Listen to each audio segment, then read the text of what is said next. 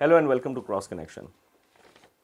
आज हम आपकी मुलाकात कराएंगे मैडम शुनीला रूद से, जो कि वफाकी पार्लियामेंट्री सेक्रेटरी हैं मजहबी अमूर और बैनुल मज़ाहिब हमांगी की। इनसे हम पूछेंगे कि गुज़श्ता 3.5 साल में पाकिस्तान तहरीक इंसाफ की हुकूमत ने अक़लियतों के लिए ख़ास तौर पर क्या इक़दाम किए हैं। बहुत बहुत शुक्रिया जी आपका वक्त निकालने का हमारे लिए। बातचीत का आगाज़ करेंगे जी हम आपकी पाकिस्तान तहरीक इंसाफ की हुकूमत के 3.5 साल हो गए हैं गवर्नेंस में। इन 3.5 सालों में एज अ माइनॉरिटी पार्लियामेंटेरियन और साथ आपकी एक ज़िम्मेदारी है वफाकी पार्लियामेंट्री सेक्रेटरी की भी, इसके अंदर मैं जानना चाहूँगा कि इस हुकूमत ने रिलीजियस माइनॉरिटीज़ की सोशियो इकोनॉमिक अपलिफ्ट के लिए क्या काम किए हैं।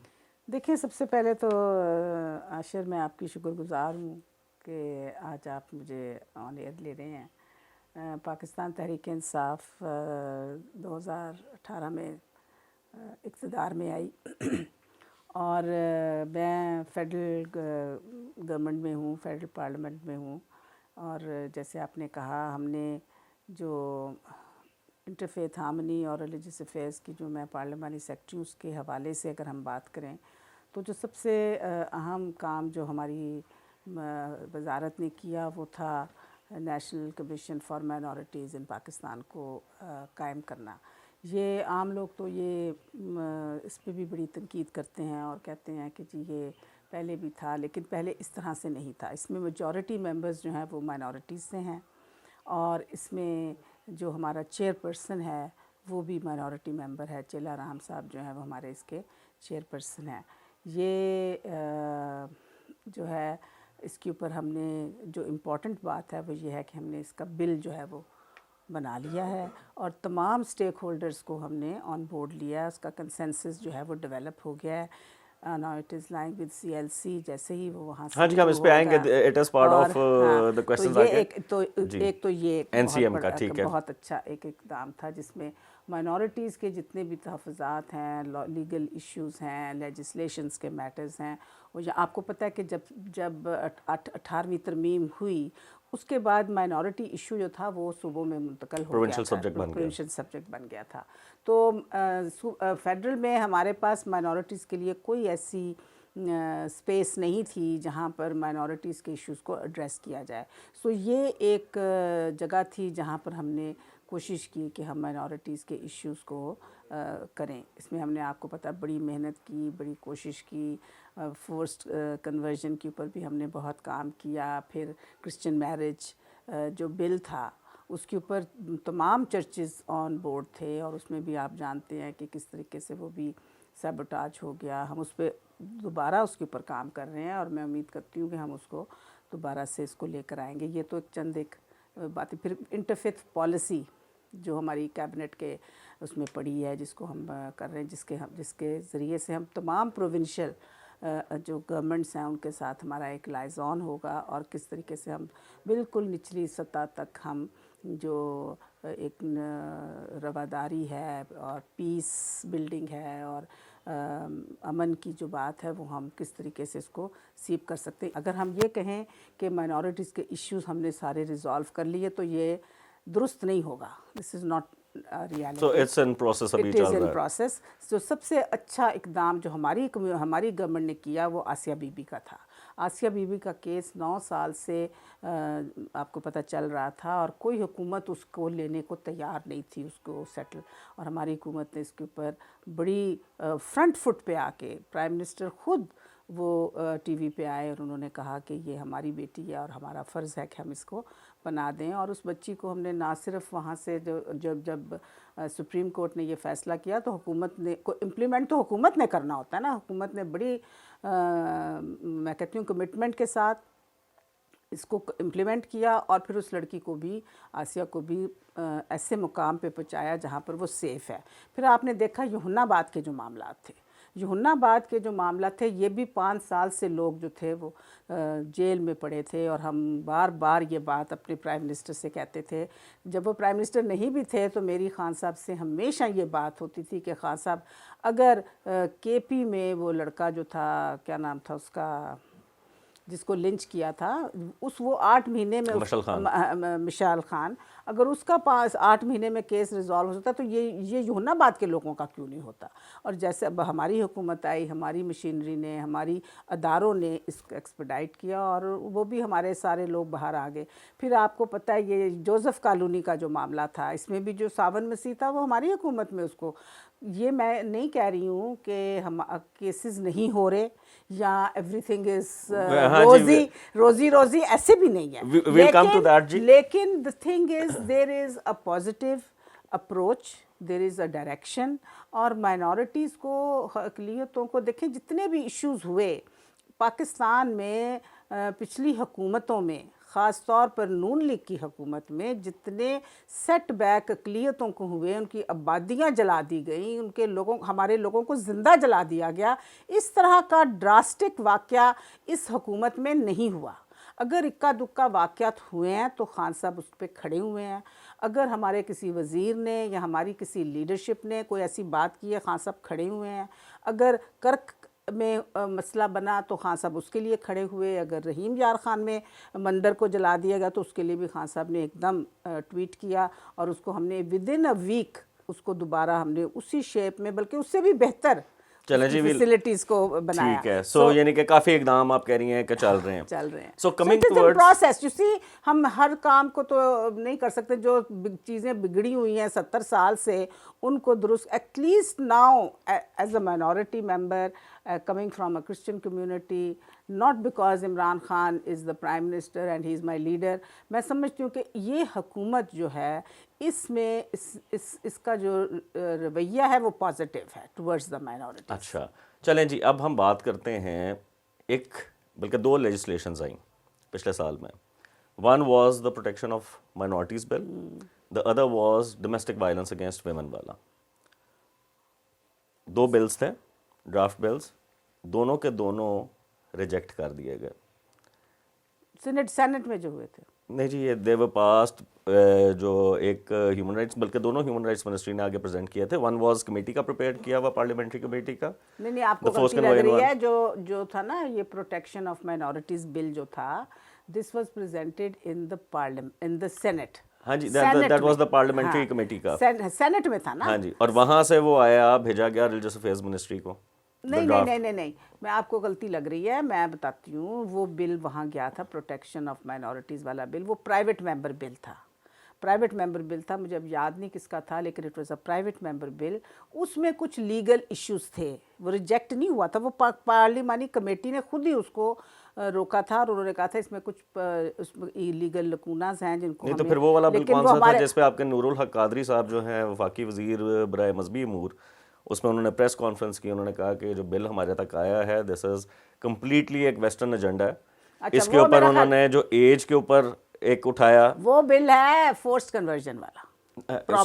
उसका नाम जी इज प्रोटेक्शन ऑफ माइनॉरिटीज। हाँ, लेकिन that is actually forced conversion bill था। हाँ जी, उसके अंदर ये वाले वो थे, इसका जिक्र। हाँ, अच्छा, वो ऐसे था। देखिए, अब मैं आपको एक बात बताऊं, मैं उस कमेटी की मेंबर हूँ। That is a parliamentary committee on forced conversion and Anwarul हक काकड़ साहब वाली जो थी, फोर्स्ड मैरिजेस, अनवारुल हक काकड़ वाली जो कमेटी थी, वो देखें खान साहब ने बड़े पैशन से वो कमेटी बनाई थी। This was ever first time ever in the history कि एक पार्लियामेंट में एक ऐसी कमेटी बनी थी जिसमें दोनों हाउसेस के, अपर हाउस और मेंबर्स थे और वज़ीर भी थे, उसमें तमाम पार्टीज़ थी, तमाम रिलीजियस कम्युनिटीज़ भी उसकी मेंबर थी।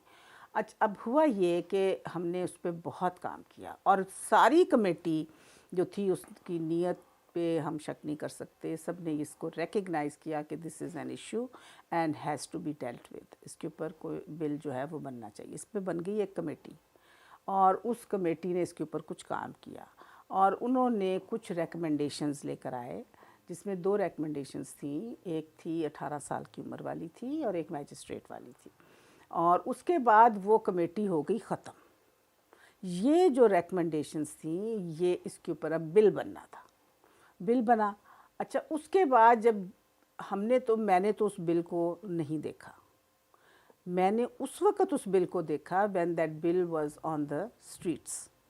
बात ये है आपके साथ शेयर ही नहीं हुआ उस सारे अरसे कमेटी में नहीं शेयर हुआ ना, मैं यही तो आपको बता रही हूँ कि इसमें जो था ना, इट वाज बैडली हैंडल्ड।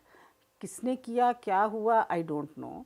ये बैकडोर से गया सीएलसी के उसमें जब ब्रीफिंग हुई खान साहब की साथ, तो उन्होंने कहा कि इसको इस्लामिक आइडियोलॉजी काउंसिल के साथ शेयर करें, और कादरी साहब को ये ज़िम्मेदारी दी, क्योंकि ये हमारे भी रूल्स ऑफ बिज़नेस में आता है, हमारी मिनिस्ट्री के, कि जो इस किस्म के बिल्स होते हैं वो हमारी मिनिस्ट्री भी अपना इनपुट उसमें देती है, इंटीरियर भी देती है, एजुकेशन वाले भी देते हैं, सारे अपना तभी अपना लाइन देते हैं। मिनिस्ट्रीज़ जो है वो देती हैं। सो ये वो प्रोसेस था अभी तो ये, और फिर ये प्रोसेस सबसे पहले ये हमारी कमेटी में आना चाहिए था।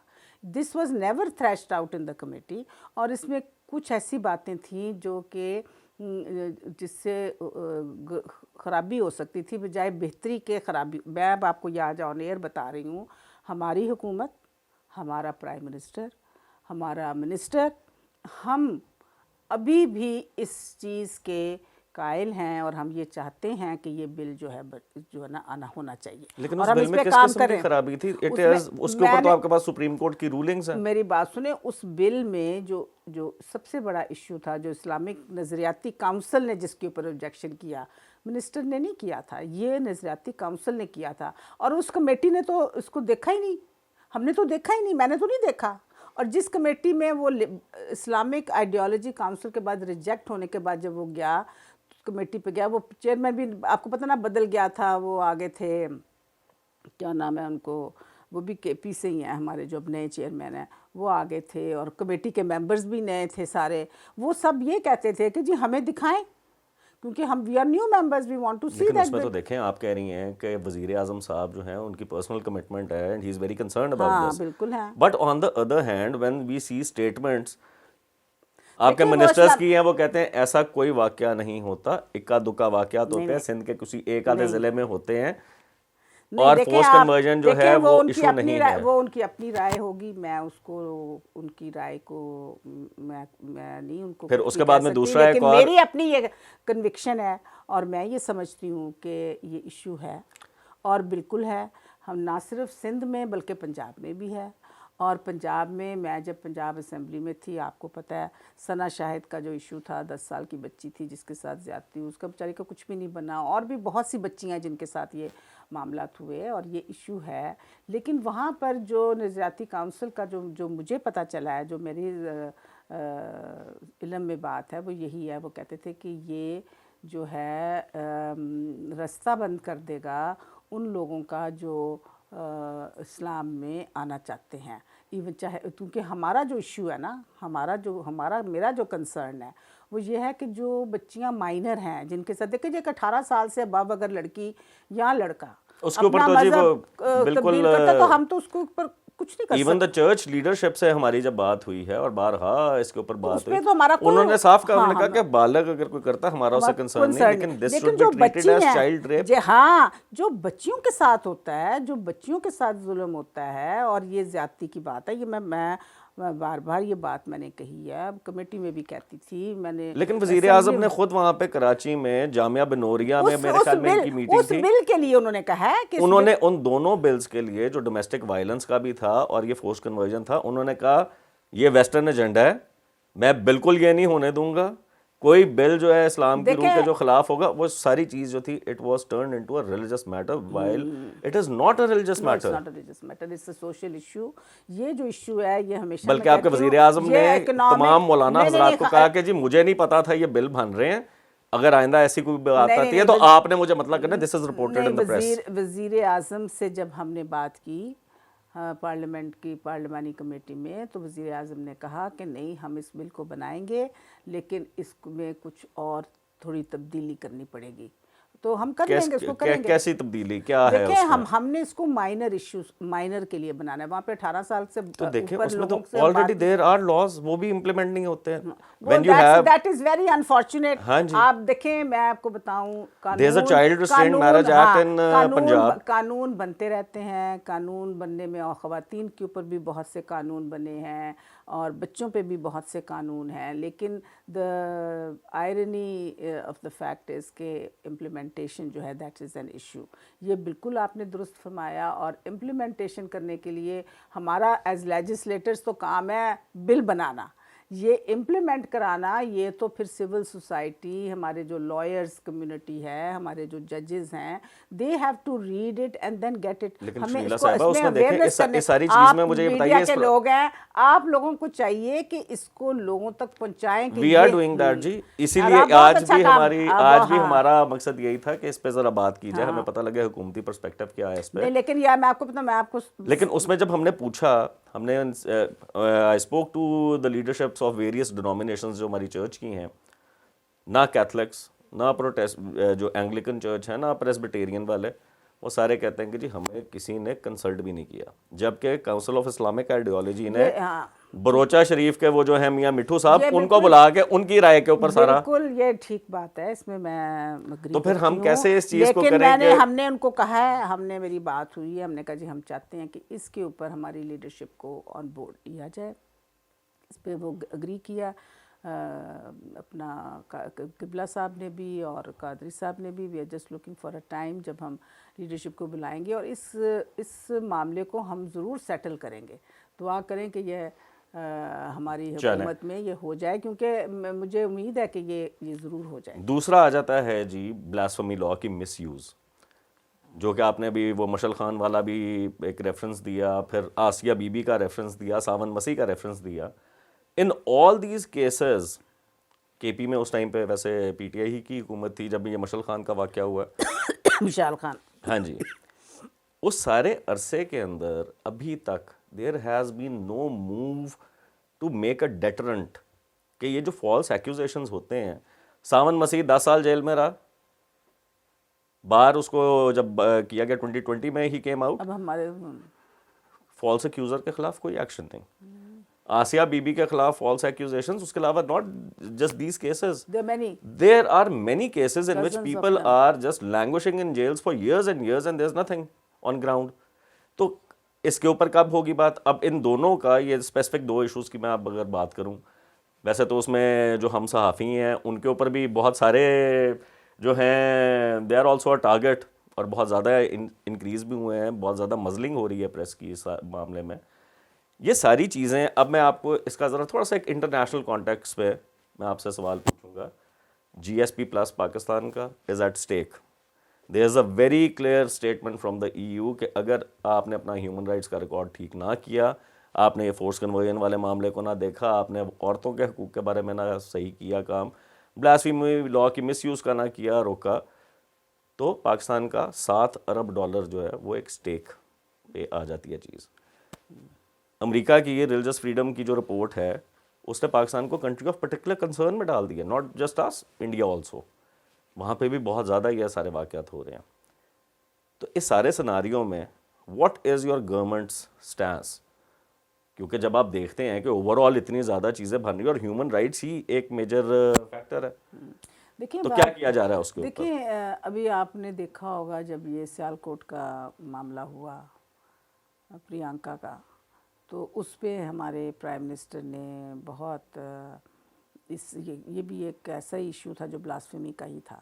हाँ जी, उसके ऊपर में बेसिकली उस पे यही चार्ज था कि उसने, हमने जी बिल्कुल वो सारा देखा, but then you see and he said that now that this has happened, ये हैपेंड। उसने उसको मतलब बहुत ही वो दिन उन्होंने कहा कि हमारे लिए एक ब्लैक डे है जब बिल्कुल ऐसा ही है, और बहुत उन्होंने इसके ऊपर फ्रंट फुट पे। लेकिन क्या उनका रिएक्शन ऐसा ही होता अगर कोई लोकल होता? हाँ, लेकिन बात यहाँ बिल्कुल होता। देखिए, मैं आपको बता रही हूँ ना कि अभी हमारा एक मिनिस्टर था पंजाब गवर्नमेंट का जिसने हिंदुओं के बारे में कोई गलत बात की, तो खान साहब ने उसको सज़ा के तौर पे उसको हटा दिया था। But then we have ministers like Ali Mohammad Khan जो कि रिपीटेडली इस तरह की बातें करते रहते हैं। देखिए, correct me if I am wrong.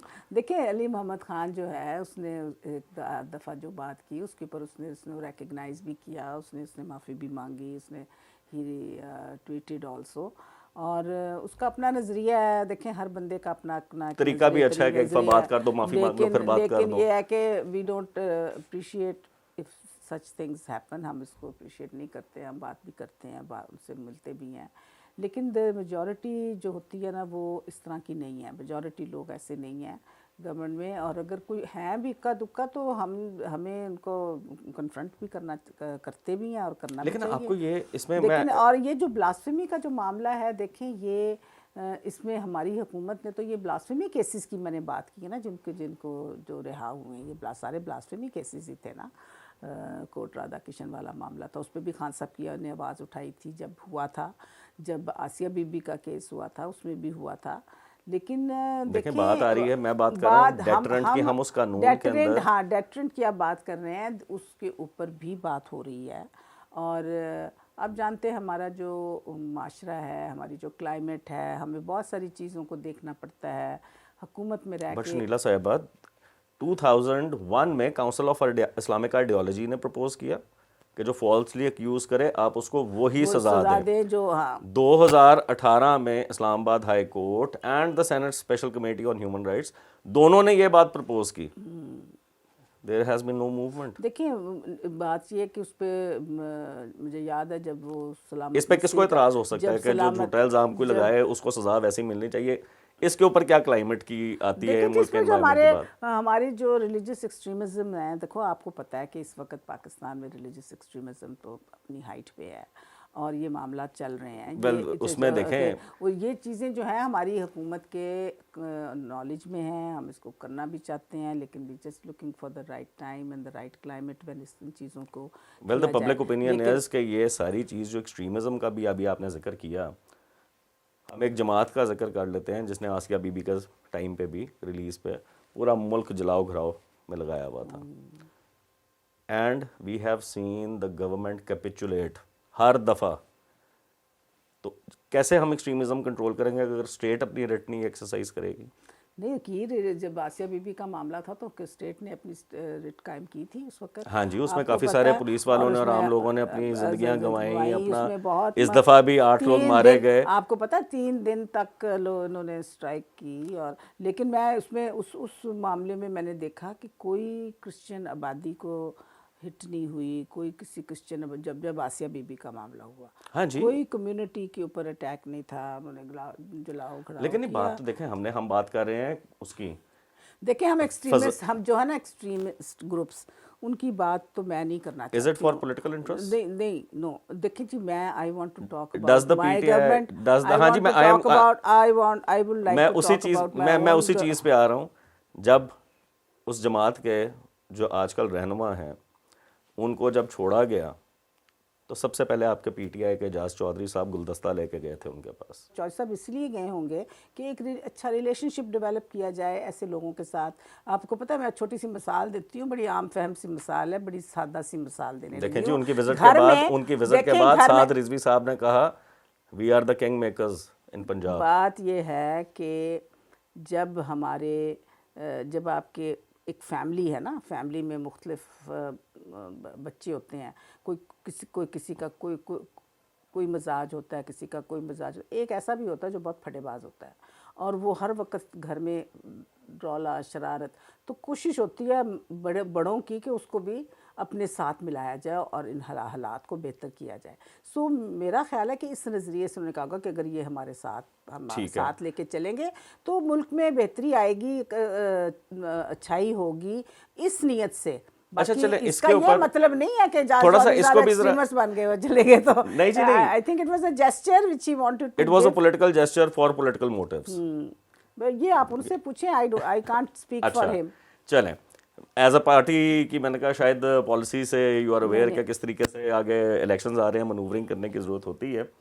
चलें, इसमें अब हम अगर coming to the next part, overall जो हम बिकॉज वी एनालाइज, हम मॉनिटर करते रहते हैं, पब्लिक ओपिनियन भी मॉनिटर करते रहते हैं, उसके अंदर एक चीज़ के ऊपर जो बहुत ज़्यादा आना शुरू हो गया है कि प्राइम मिनिस्टर साहब हर एक बात के अंदर रिलीजन का कवर जो है वो लेके आ रहे हैं, चाहे वो एसएनसी की बात होती है, कोई बात होती है, और उसके ऊपर बहुत ज़्यादा पब्लिक बैकलैश आना शुरू हो गया कि 3.5 साल में जो गवर्नेंस के मामला थे, इकॉनमी को ठीक करने की बात थी, जो सारे वो वादे थे कि हमने 90 दिन में सारी चीज़ें कर देनी हैं, वो वादे तो पूरे हुए नहीं हैं, लेकिन रिलीजन के ऊपर बहुत ज़्यादा एम्फोसिस प्राइम मिनिस्टर का आ रहा है, मोरालिटी की बातें आ रही है। Do you think it is the state's job to actually monitor and dictate कि लोगों ने कैसे रहना है और मोरालिटी उनकी जो है वो कैसी होगी? देखिए and isn't it contributing to extremism? नहीं, देखिए मेरी बात सुने, जो खान साहब का एक विज़न है कि हम मदीना की रियासत कायम करने जा लेकिन रहे खान हैं। साहब तो चाइना का मॉडल भी लेना चाहते हैं, अच्छा, ईरान का भी लेना चाहते हैं, टर्की देखें, का भी लेना चाहते अब हैं। मदीना की रियासत जो है वो उसमें सबके लिए बराबरी भी है, सब लोगों को साथ लेके चलने की बात भी वो करते हैं, इंसाफ की भी बात करते हैं। और ये ठीक बात है कि देखें हम ये जो खित्ता है ना सब कॉन्टिनेंट, इसमें रिलीजन की बहुत बात होती है। मैं अगर ये कहूँ कि हम मसीही होते हुए हम भी बहुत रिलीजियसली डोमिनेट करते हैं, हम भी बात करते हैं। कल मैं एक प्रोग्राम पे थी तो वहाँ पर जो एमसी था उसने कहा जी मैं बहुत ज़्यादा अपनी कौम की बात करता हूँ। मैंने कहा ये बहुत अच्छी बात है, लेकिन we are living in Pakistan. Pakistan में सारे मसीही तो नहीं है, लेकिन देखिए हमने वो तो सबके साथ इंडिविजुअल्स मिल के की, रखना हाँ जी, रहना है ना, इंडिविजुअल्स हमने की मिल बात के या रहना है। सोसाइटी की अब बात है, देखिए लेकिन यहाँ पे मेजॉरिटी मुसलमान हैं और मुसलमान ये ज़ुबान समझते हैं, जो बात वो समझते हैं खान साहब वो बात करते हैं। हमेशा जो लीडर होता है ना, so he is playing to the galleries. बात ये है कि वो उसने उसने हुकूमत जब करनी है तो उसने सबको साथ लेके चलना है। उसने सिर्फ हम जो कई दफ़ा सोचते हैं कि वो सिर्फ एक ही कम्युनिटी की बात करें, वो सबकी बात करते हैं। वो माइनॉरिटीज़ को भी साथ लेके चल रहे हैं, वो ख़वातीन को भी लेके चल रहे हैं, वो रिलीजियस लीडरशिप को भी साथ ले, नहीं और तो ये बड़ा आपको इंपॉर्टेंट है। देखिए आपको आपको ये पता नहीं है, लगता कि स्टेट का काम is to govern, it is to ensure कि लोगों की सोशो इकोनॉमिक अपलिफ्ट हो, वेलफेयर हो, प्रोटेक्शन और सिक्योरिटी, ये ये स्टेट का बहुत जिम्मा है। ज़रूरी है। स्टेट हाँ, का जिम्मा ये नहीं है कि वो मुझे बताए कि मैंने अपना रिलीजन कैसे प्रैक्टिस करना है, मैंने ये करना है, मैंने ये नहीं करना। That is not the states responsibility and the it's absolutely not the prime ministers नहीं, क्या क्या रिस्पॉन्सिबिलिटी। प्राइम मिनिस्टर ने क्या ऐसा कह दिया जो आपको देखें, प्राइम बताया? मिनिस्टर मुझे साहब दिए की एन अक्सर एग्जाम्पल। अक्सर स्टेटमेंट्स पे there has been so much backlash. Rape हो जाता है, विक्टिम ब्लेमिंग शुरू हो जाती है, ख़वातीन के कपड़े ऐसे नहीं हैं, फलानी चीज़ ऐसे है, ये मोबाइल जब से आए हैं तब से ये हो गया, टीवी के ड्रामे ऐसे चल रहे हैं। और भाई इनका काम तो नहीं है ये चीज़ें करना ना। His job is to govern, it is to नहीं नहीं, इंश्योर वो दैट पीपल हैव देखें फूड ऑन देयर देखें टेबल। देखें ये वो हमेशा कंडेम भी करते हैं, ऐसे ना करें, देखें वो ऐसे कंडेम हमेशा तब कंडेम करते हैं भी करते हैं जब उनको जब हमें, ट्विटर के ऊपर नहीं बैकलैश आता है, नहीं तब नहीं, होता वो है। हमेशा कंडेम करते हैं और वो कभी भी इन चीज़ों को, और ख़वातीन के ऊपर अगर कोई ज़्यादती हो जाती है, इवन हमने देखा उनको पार्लियामेंट में भी अगर किसी ख़वातीन के साथ ज़्यादती होती है, is very upset about it. आपको पता है वो जो 2 ख़वातीन का रेप हुआ था सियालकोट मोटरवे पे, he was very upset.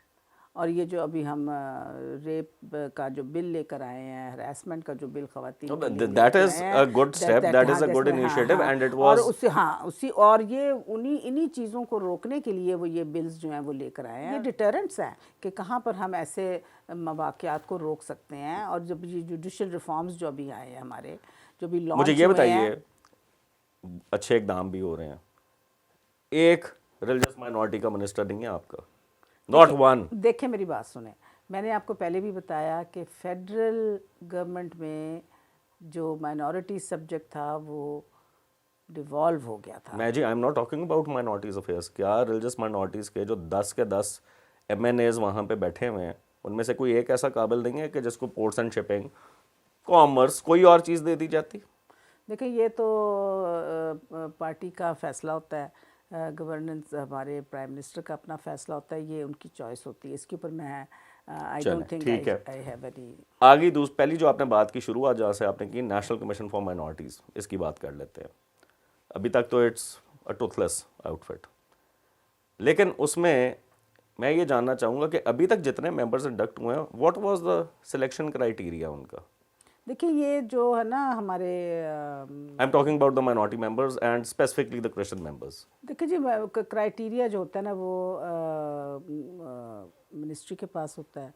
Ministry जो है वो इन लोगों से कांटेक्ट करती है, लोगों से उनके सीवीज़ मंगाती है, उनसे बातचीत करती है, उनमें से फिर शॉर्ट लिस्ट होते हैं और फिर उनको इस कमीशन में रखा अभी जाता है। रिसेंटली मिनॉरिटी मेंबर्स को भी वो कहते हैं कि जी आप भी अपने नाम दें अगर आपके पास कोई ऐसे नाम है, क्योंकि देखिए अभी तो ये कमीशन जो है ना, ये उस तरीके से नहीं बना जिस फाल ही तरीके नहीं हुआ फाल उस नहीं तरह हुआ। से। लेकिन इसका जब बिल बन जाएगा तो ये जब एक्ट बन जाएगा, बिल तो बन गया है, जब ये एक्ट बन जाएगा तो फिर ये ऐसे ही होगा जैसे national commission for human rights है या नेशनल कमीशन फॉर एक चाइल्ड राइट्स एम्पावर्ड बॉडी है, बनेगी। एम्पावर्ड बॉडी बनेगी और वो तकरीबन it's all ready to be तो मैं पास इसमें बाय यही द जानना चाह रहा हूँ पार्लियामेंट। कि अभी वो भी ऐसे ही होता है, वो लियाकत भी कैसर साहब जो हैं उनको अपॉइंट किया गया, सुनने में आया। आई हैवंट सीन, 20 साल हो गए हैं मुझे भी ये काम करते हुए, एंड स्पेसिफिकली ह्यूमन राइट्स के ऊपर काफ़ी नज़र भी रहती है। मैंने आज तक कभी उनका कोई काम ऐसा नहीं देखा, लियाकत कैसर साहब का स्पेसिफिकली स्पीकिंग। उससे पहले बिशप सेबेस्टियन शॉ साहब थे, mere lip services, no action on ground. Albert David एक हैं बीच में जो कि नज़र आते हैं, वो भाग दौड़ अपनी करते रहते हैं। सारा सफदर साहिबा इज़ प्रॉबली ज़रा थोड़ा सा एकेडमिक हैं, तो चले काफ़ी सारी बॉडीज़ में उनका भी वो आ जाता है नज़र। लेकिन क्राइटेरिया क्या, हमने अगर ये एफिशिएंट बनाना है ये अदारा, इस बॉडी में, क्योंकि ये एक नेशनल कमीशन फॉर माइनॉरिटीज़ है जिसमें माइनॉरिटीज़ के इश्यूज का मामला होता है, तो उसमें होने भी तो माइनॉरिटीज ही चाहिए ना जी। तो उसके है। अंदर काउंसिल ऑफ इस्लामिक आइडियोलॉजी मेरी और बाकी बात सारे सुने, लोगों का क्या काम मेरी है? बात सुने प्लीज़ लिसन, आप डोंट बी सो नैरो। देखें, आप एक कम्युनिटी में बीच में रहते हैं which is a majority community and a Muslim community. आप अपने इश्यूज इन आइसोलेशन हल नहीं कर सकते। नहीं जी, तो उसके अंदर वही तो बात आती है लाइजॉन की। देखे नहीं This is why ये लाइजॉन ही है। एनसीएम को तो लिया ही नहीं है बीच में इस फोर्स कन्वर्जन वाले मामले में। नहीं, एनसीएम को हमने बिल्कुल, वो कहते हैं जी हमने, उन्होंने हमारे से पूछा, हमने रिकमेंडेशंस दी, लिफ्ट ही नहीं कराई। मेरी बात सुने, एनसीएम को ऑन बोर्ड लिया, एनसीएम का चेयरमैन भी आया, उसने पूरा अपना प्रेजेंटेशन दी, चेलाराम ने, उनकी हमने पूरी कमेटी को ऑन बोर्ड लिया, दे ऑल केम। बल्कि देखो जी, मेरी बात सुन लो ना, यही तो मैं तुम्हें बता रही हूँ कि रिकमेंडेशंस उन्होंने दी थी, लेकिन ये बिल जो है ना ये बार बार से चला गया, ये कमेटी पे आया ही नहीं। अगर आता तो हम इनकी रिकमेंडेशंस लेते ना, ये तो कमेटी पे बिल नहीं आया। अगर कमेटी में ये आता और हम इसको देखते तो हम ज़रूर उनकी इनकॉर्पोरेट करते। मैं आई वाज द वन जिसने कहा कि जी इनको मौका दिया जाए और ये अपनी recommendations. Do you think there was some hidden hand at play जो कि उस बिल को अंदर नहीं लाना चाहता था और पीछे से ले गए? I don't know what happened. It was, but I know that something has happened. It was badly. Timing भी बड़ी इंटरेस्टिंग थी वैसे सारे जो हुई, आपको पता है सितंबर 22 को ये बड़ा अजीब हुआ, रिजेक्ट हुआ, बल्कि सितंबर 22 या 23 थी ईयू के, जब उन्होंने आपका रिन्यू किया 1 साल की एक्सटेंशन दी जीएसपी प्लस की, अगले दिन आपके वजीर साहब ने कह दिया कि जनाब ये हमें मंजूर ही नहीं है। नहीं, ये बड़ी देर से चल रहा था। देखें, असल में जब ये आई थी ना, यही जुलाई में था। नहीं, रिकमेंडेशंस जब आएंगी थी ना तो सेनेट ख़त्म हो गई थी, सेनेट का वो आखिरी दिन था और वो जो काकड़ था उसकी टर्म ख़त्म हो रही थी। सो द सेनेट के जो मेंबर्स थे उनको ख़त्म करना था, इसलिए वो कमेटी ख़त्म हो गई थी, फिर ये दोबारा रिकॉन्स्टिट्यूट हुई थी। इस पे मैं आपसे एक सवाल जानना और चाहूँगा। एक मीटिंग हुई है, एक मीटिंग इस कमेटी ने तो उसको देखा ही नहीं। अच्छा, इस पे एक बहुत ज़्यादा तनकीद जो आती है स्पेशली माइनॉरिटी कम्युनिटीज़ की तरफ से, वो कहते हैं कि जो हमारे जो नुमाइंदे हैं, जो पार्टियाँ चूज़ करके पार्लियामेंट में भेजती हैं, वो हमारी सही तरह से रिप्रेजेंटेशन नहीं कर पाते, उनकी आवाज़ इसलिए उतनी इफेक्टिव नहीं होती। जो पार्टी की मेन लाइन लीडरशिप है वो अपना डिक्टेट कराते हैं, की बातें नहीं सुनते हैं। Are you in favour of the current system of selection of representatives या इलेक्ट होने चाहिए? देखिए, मैं ये समझती हूँ कि हमें इसके ऊपर बहुत डिबेट करने की ज़रूरत है, क्योंकि जब ये इलेक्शन का सिस्टम था तो उससे भी हम सेटिस्फाइड नहीं थे और इसके ऊपर हमारी ही कम्युनिटी ने, क्रिश्चियन कम्युनिटी ने ही शोर मचाया था और उन्होंने कहा था कि हमें सेपरेट इलेक्टरेट्स नहीं चाहिए, हमें जॉइंट इलेक्टरेट्स चाहिए। तो फिर ये निज़ाम जो था ये राइज हुआ। तो हमें, मेरा ख़्याल है, इसके ऊपर से हासिल गुफ्तगू करने की ज़रूरत है। I am ready for it. हम बैठें, क्योंकि वो आपके जो गवर्नर साहब हैं उनके साथ भी बात हुई तो वो भी अक्सर औकात वो ये कहते हैं, चौधरी सरवर, कि मैं इस हक़ में बिल्कुल नहीं हूँ। अभी जो करंट रिप्रेजेंटेशन है आप लोगों की, they are mere rubber stamps, इनकी ना कोई आवाज़ होती है। तो अगर ये पहले भी ऐसे ही होगा। देखिए, मैं आपको बता दूं, अगर हम इलेक्ट होकर भी जाएंगे ना, हम 4-5 ही होंगे, हमारी आवाज़ फिर भी नहीं होगी। We have a very small. But don't you think it will make नहीं, इट विल मैटर अगर आपके उनको पता हो कि आपके पीछे वोट बैंक है? आपको पता होना चाहिए कि जो हमारे पहले रिप्रेजेंटेटिव्स थे जो इलेक्ट होके आते थे, उन्होंने आपका ये ब्लास्फेमी लॉ उन्होंने आपके ऊपर मुसल्लत किया। मैं रात को ही देख रहा था, मैनुअल जफर साहब ने एक बात सिर्फ उन्होंने ऐड की थी, उन्होंने कहा कि जी बाकी जो हैं अंबिया कराम, उनके ऊपर भी कुरान की रोशनी में सज़ाएं जो हैं उनकी तो तौहीन फिर पे आप भी वो इन्होंने किया सबने जाए। उस वक्त कर्नल हर्बर्ट थे, ये सारे तारिक लोग सी थे, कैसर साहब भी तारिक थे मेरे ख्याल में। सो बात ये है कि चाहे हम हमारी और हमारे अब बल्कि इस जॉइंट सिस्टम में मेरा अपना ये तजर्बा है, even when I was in Punjab assembly और नेशनल असेंबली में भी हम जो बात करते हैं उसका वज़न होता है ज़रूर। ये अभी पिछले महीने की बात है, there is an issue, ongoing issue है, फॉर इयर्स ये चल रहा है। बहुत इस पे मैंने भी बहुत उठाई हैं बातें। डिस्क्रिमिनेटरी एड्स जो हैं वो चल रहे हैं मैं और आपको- चलते जा रहे और हैं। मैं हैरान होती हूँ कि हमारे लोग फिर भी यही कहते हैं कि जी हमें यही सीटें चाहिए। नहीं, देखें, बात लोगों के चाहने या न चाहने की नहीं है। जब आपका आइन ये कहता देखिए, है ये कि हर सिटीजन के पास बराबर हक है हर अपॉर्चुनिटी ग्रो देखिए ये की जो हासिल करने एड्स का, हैं इसकी तो मैं तो आपके सरकारी अपने अदारे जो हैं वही दोबारा उठा के स्पेसिफाई करके देखें, तो बात ऐड चला सुने, रहे। सरकारी अदारे ज़रूर करते हैं लेकिन ये गलत करते हैं। हमने इसके ऊपर बहुत दफ़ा आवाज़ उठाई है। केपी में भी मैंने कितने जब लोगों हुआ, को पेनलाइज किया गया बहुत आज तक? दफ़ा हुआ, पंजाब में बहुत दफ़ा हुआ, सिंध में हुआ, सिंध में भी हमने बात की, पंजाब में भी की, बार बार इसके ऊपर बात होती है और लोगों को पेनलाइज किया जाता भी है। बात यह है कि हमें माइंड सेट को तब्दील करने की ज़रूरत है, हमें लोगों को अवेयरनेस और एजुकेशन देने की ज़रूरत है। अभी भी तो ये जो बहुत से करंट लोग सिस्टम अभी जो एजुकेशन का जो अभी ये सिंगल नेशनल करिकुलम भी, I am sure you are following, जो क्रिटिसिज्म उस पे आ रहा है और बहुत ज़्यादा लोगों का और एकेडमिक्स का ये इसके ऊपर है कि it is not going to in any way change mindsets, it is going to increase. अच्छा देखें, ये सिंगल नेशनल करिकुलम का जो मामला था वो ये है कि जो हमारे मुल्क में 3 किस्म के एजुकेशनल सिस्टम राइज थे। एक एलीट क्लास बन रही थी, एक बिल्कुल ही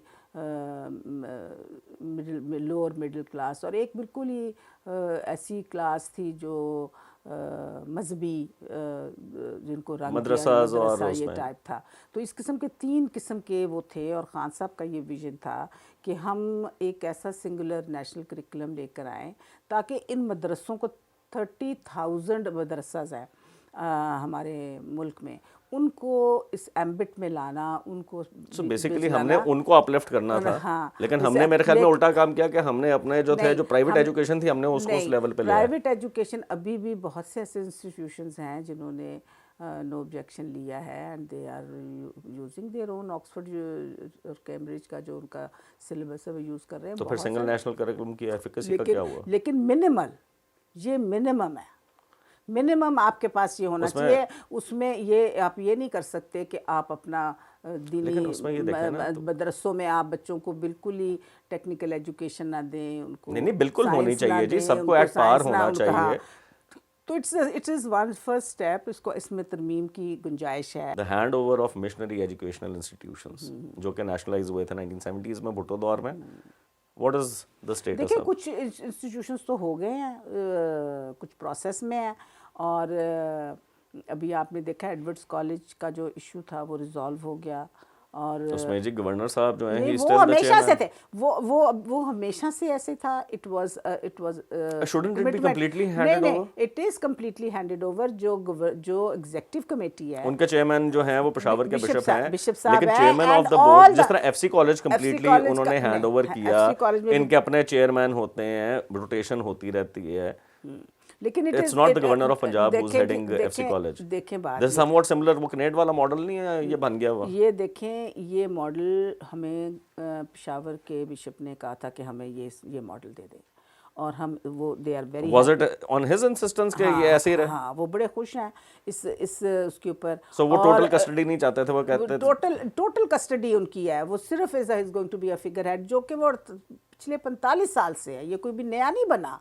इट इज़ जब ये एजुकेशनल इंस्टीट्यूशंस हुए थे, नेशनलाइज हुए थे, तो उस वक्त एडवर्ड्स कॉलेज का यही सेटअप बना था and the church was very happy with it कि ये हमारा नेशनलाइज नहीं हुआ, हमारा ये सिस्टम बन गया और उसके तहत हम चल रहे थे। और अब जो एग्जीक्यूटिव कमेटी है, एग्जीक्यूटिव कमेटी के पास पूरा इख्तियार है कि वो सारे हायरिंग फायरिंग उसका सारा अफेयर्स यानी कि वो सारे चला सकते हैं। वो चलाएंगे और जो गवर्निंग बॉडी होती है वो तो सिर्फ उसको कंडोन करती है और बाकी काम तो सारा हफरी साहब इनके चार्ज में है। ऑलमोस्ट 95% जो कॉलेज की भागदौड़ है वो तो चर्च चला रहा है। So there is hope for Gordon College and Murray College also? देखिए जी, ये हम तो चाहते हैं कि ये लें, लेकिन मरे कॉलेज के जो चर्च आगे आए, we are ready to give it to the church.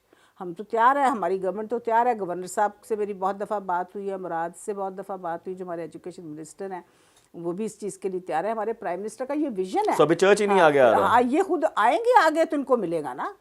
अच्छा, चर्च को चाहिए आगे आए और ये लें। अभी देखें अनारकली वाला जो चर्च स्कूल था उसका भी एक इशू था, उसके ऊपर भी हमने बहुत बात की।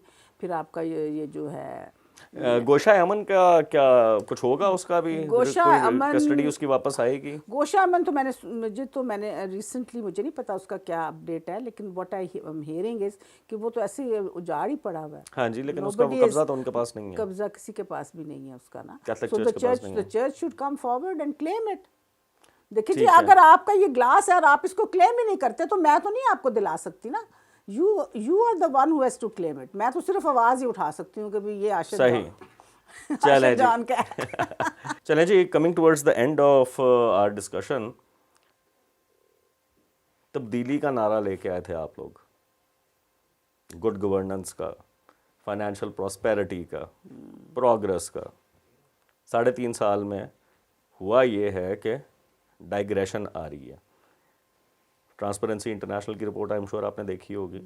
तो पाकिस्तान पिछले 3.5 साल में स्लिप ही कर रहा है। अच्छा, अब ये आप उसके अंदर भी इंडेक्सेस में human rights is also one of the factors. अच्छा, बात ये देखें, हमने ये नारा लगाया था और हम तब्दीली का नारा जो है उसके ऊपर हम स्टैंड करते हैं। देखिए, जब हम हुकूमत में आए तो हमारे पास उस वक़्त सिर्फ 2 हफ्ते के रिज़र्व थे। I hope you know that. हमारी इकोनॉमिक कंडीशंस बहुत ही बुरी थी, बहुत बुरे हालात थे पाकिस्तान के, और पाकिस्तान का दिवालिया होने जा रहा था। बहुत हालात हमारे इकोनॉमिकली ख़राब थे। ये सारा पैसा यहाँ से चोरी करके बाहर के मुल्कों में ले गए। हमारे पास कोई पैसा, किट्टी में कुछ भी नहीं था। ठीक है जी, ये तो दिस इज, सुन लेना, हमारे प्राइम मिनिस्टर ने मांगा, किसी से रिक्वेस्ट की, किसी अपने दोस्त ममालिक के पास गए, जो भी उन्होंने अपने गुड ऑफिसेस को इस्तेमाल करके पाकिस्तान को थोड़ा सा स्टेबल किया, तो कोविड आ गया। अब कोविड ने तो सिर्फ पाकिस्तान नहीं बल्कि पूरी दुनिया की इकोनॉमी को लम्बे I am very well aware of the political narrative अभी जो पार्टीज पे देती है। मैं सिर्फ आपसे यहाँ पे मैं आपसे सिर्फ एक सवाल पूछूंगा। आप सुन लें। देखें, इस तनाज़र में पाकिस्तान परफॉर्म द बेस्ट। पूरी दुनिया पाकिस्तान के कोविड के जो हमारे पॉलिसीज थी उसको उन्होंने एडमायर किया। ठहर जाओ ना, मेरी बात सुनने दो। तूने मुझे सवाल किया, लेट मी एक्सप्लेन। मैं जरा उसमें थोड़ा सा एडिशन करना चाह रहा हूँ। आपने कहा कि जब हमने मुल्क का चार्ज संभाला 2 हफ्ते के रिजर्व्स थे, बुरा हाल था सब कुछ। आपकी party has been part of parliament since 2013 national assembly में।